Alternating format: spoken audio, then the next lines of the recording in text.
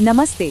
आज के इस विश्लेषण में हम जीवन के एक बहुत ही गहरे और ऐसे चक्र पर बात करने वाले हैं जिससे हम सब गुजरते हैं, सुख और दुख। आमतौर पर हम अपनी जिंदगी को बस घटनाओं के एक सिलसिले की तरह देखते हैं, लेकिन आज हमारे सामने जो स्रोत है वो एक कमाल का दार्शनिक नजरिया पेश करता है। हम दैवीय द्वैत यानी डिवाइन डुअलिटी की इस दिलचस्प अवधारणा को डिकोड करने जा रहे हैं, और यकीन मानिए इसे समझने के बाद जीवन के हर अनुभव को देखने का आपका नजरिया पूरी तरह से बदल सकता है। शुरुआत एक बहुत ही बुनियादी सवाल से करते हैं। मानव स्वभाव के एक बड़े विरोधाभास को देखिए। जरा सोचिए, जब हमारी जिंदगी में सब कुछ परफेक्ट चल रहा होता है, खुशियाँ मिलती हैं, तो हम उन्हें दोनों हाथों से बटोर लेते हैं बिना किसी सवाल के। हमें लगता है जैसे हाँ, ये तो मेरा हक था, है ना? लेकिन जैसे ही हवा का रुख बदलता है और दुख दस्तक देता है, तो हम तुरंत शिकायत क्यों करने लगते हैं? क्या हम सच में जिंदगी के इन अनुभवों को निष्पक्ष होकर देख रहे हैं? आज की हमारी स्रोत सामग्री सीधे इसी विरोधाभास पर चोट करती है और हमें एक बिल्कुल नई दिशा में सोचने पर मजबूर करती है। और यहीं से निकलकर आता है हमारा मुख्य विचार, सुख और दुख दोनों ऊपर वाला देता है। सुनने में ये बहुत ही सीधा साधा सा वाक्य लगता है, लेकिन इसका अर्थ बहुत गहरा है। इसका सीधा सा मतलब ये है कि हमारी जिंदगी के सकारात्मक और नकारात्मक दोनों ही अनुभव बिल्कुल एक ही दैवीय स्रोत से आ रहे हैं। कोई भी अनुभव सिर्फ एक इत्तेफाक नहीं है। जब हम ये समझ लेते हैं कि सुख और दुख दोनों का उद्गम एक ही है, तो दुख को देखने का हमारा नजरिया अपने आप बदलने लगता है। हमें ये समझ आने लगता है कि जो शक्ति हमें खुशियाँ दे सकती है, वही हमारे विकास के लिए हमें चुनौतियाँ भी दे सकती है। तो चलिए, सबसे पहले सुख और दुख के इस चक्र और उसके दैवीय स्रोत को थोड़ा और करीब से समझते हैं। हम अक्सर सुख और दुख को बस पल भर की भावनाओं की तरह देखते हैं। कुछ अच्छा हुआ तो हम खुश हो गए, कुछ बुरा हुआ तो हम उदास हो गए। लेकिन यहाँ एक बहुत ही दिलचस्प बात सामने आती है। स्रोत के अनुसार ये सिर्फ भावनाएं नहीं हैं, इन्हें जानबूझकर दिए गए समान दैवी उपहार माना गया है। यहाँ जानबूझकर शब्द पर थोड़ा ध्यान दीजिएगा। इसका मतलब है कि दुख कोई सजा या कोई भूल चूक नहीं है, बल्कि ये ऊपर वाले द्वारा बहुत ही सोच समझ कर दिया गया एक तोहफा है, बिल्कुल सुख की तरह। जब हम इन अनुभवों को इस नजरिए से देखते हैं, तो हम सिर्फ रिएक्ट करना बंद कर देते हैं और एक गहरी आध्यात्मिक स्वीकृति की तरफ कदम बढ़ाते हैं।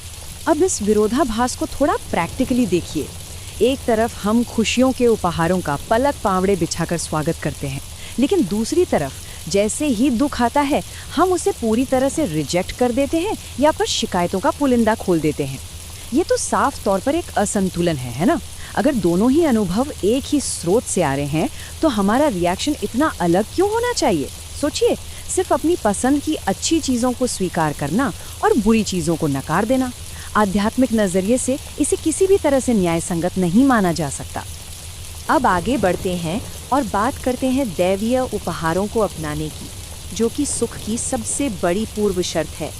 यहाँ आध्यात्मिक निष्पक्षता का नियम बिल्कुल शीशे की तरह साफ है। स्रोत सामग्री स्पष्ट करती है कि अगर हम सुख को पूरी खुशी के साथ अपनाना चाहते हैं, तो हमें विपत्ति को भी उसी सम्मान और स्वीकृति के साथ गले लगाने के लिए तैयार रहना चाहिए। हम बस अपनी पसंद के आरामदायक उपहारों को अपनी मर्जी से पिक एंड चूज नहीं कर सकते। ये बड़ा ही लॉजिकल और फेयर अप्रोच है। देखिए, जब हम सुख को ऊपर वाले का आशीर्वाद मानते हैं, तो हमें ये भी मानना होगा कि जो दुख हमें मिला है, उसके पीछे भी जरूर कोई न कोई भलाई या बड़ा आशीर्वाद छिपा हुआ है। ये नजरिया हमें अपनी परिस्थितियों का गुलाम होने से बचाता है। तो सवाल ये है कि ये सब असल जिंदगी में किया कैसे जाए? आइए समझते हैं कृतज्ञता के तंत्र और पूर्ण स्वीकृति की इस कला को। इस माइंडसेट को अपनी जिंदगी में उतारने के लिए स्रोत में कुछ बहुत ही सटीक चरण बताए गए हैं। सबसे पहला स्टेप है अपनी कठिनाई को पहचानना, मतलब मुश्किल स्थिति से भागने या मुंह मोड़ने के बजाय उसका डट कर सामना करना। दूसरा और शायद सबसे अहम स्टेप है एकदम सच्चे और साफ दिल से उस दुख को स्वीकार करना, बिना किसी कड़वाहट या गुस्से के उस स्थिति को अपनाना। और फिर आता है तीसरा स्टेप, रचयिता को धन्यवाद देना। ये सोचना कि हाँ, ये भी उसी का दिया हुआ है। जरा सोचिए, दर्द के समय में थैंक यू बोलना हमारे सामान्य मानवीय व्यवहार के बिल्कुल उलट है। और सच कहूँ तो इसके लिए अंदर से एक गजब की ताकत चाहिए होती है। यही वो चीज़ है जिसे हम पूर्ण स्वीकृति या रैडिकल एक्सेप्टेंस कह सकते हैं, और इसका असली सार भी यही है। दुख के समय में सिर्फ चुपचाप सह लेना ही काफ़ी नहीं है, बल्कि एक शुद्ध हृदय से कृतज्ञता व्यक्त करना ज़रूरी है। ये मानना कि रचयिता ने हमें जो कुछ भी दिया है उसके पीछे कोई बहुत बड़ा कारण है। जब कोई इंसान इस लेवल की कृतज्ञता दिखाता है ना, तो वो अपने दुख के दर्द को एक बहुत ही गहरे आध्यात्मिक अभ्यास में बदल देता है। ये साबित करता है कि उसका विश्वास उसकी परिस्थितियों से कहीं ज्यादा बड़ा है। अब आते हैं इस विश्लेषण के सबसे शक्तिशाली हिस्से पर, अडे आध्यात्मिक लचीलापन विकसित करना और विश्वास का वो अंतिम परिवर्तन। तो जब हम अपनी परिस्थितियों को लेकर शिकायत करना बंद कर देते हैं तो होता क्या है?